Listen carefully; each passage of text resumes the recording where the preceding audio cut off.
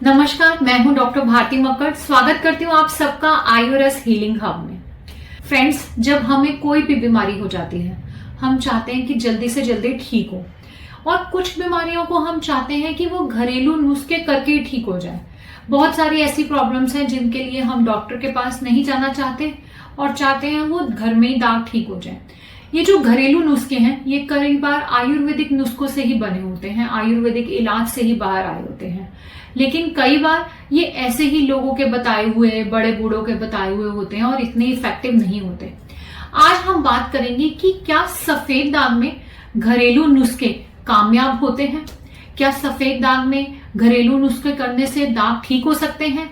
क्या वाकई ही नीम, हल्दी, एलोवेरा को घर में इस्तेमाल करना चाहिए? और क्या ये नुस्खे सभी लोगों के लिए सेफ हैं? इसी के बारे में आज हम इस वीडियो में डिटेल में बात करेंगे। तो आइए बिना किसी देरी के शुरू करते हैं।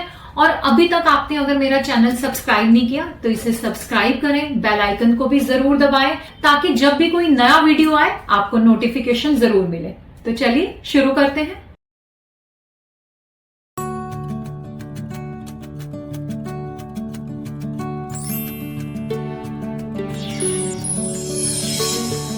सफेद दाग में घरेलू नुस्खों की क्या भूमिका है, ये समझने से पहले एक बार मैं आपको समझाती हूँ कि सफेद दाग आखिर क्या है।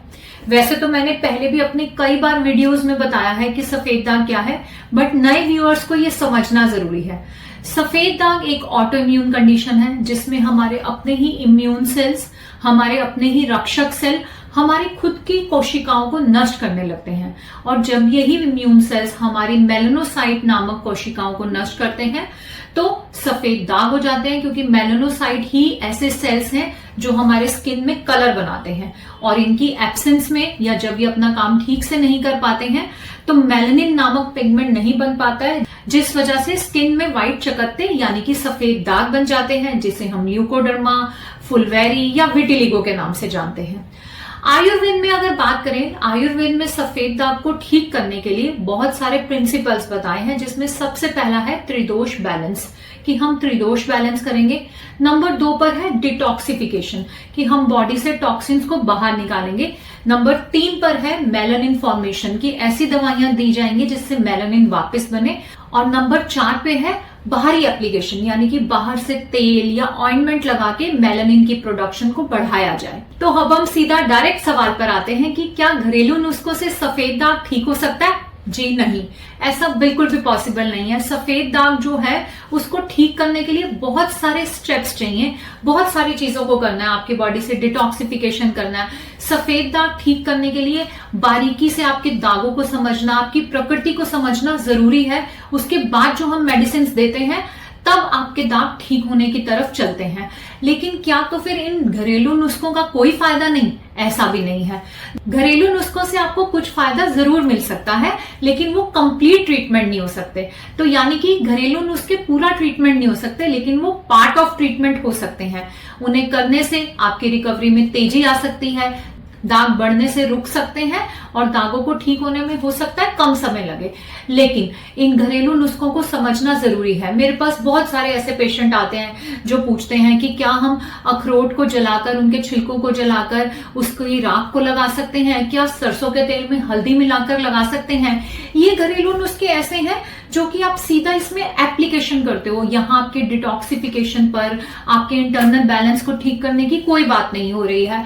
और दूसरी बात, जितनी भी लगाने वाली चीजें हैं ये बहुत डेलिकेट होती हैं।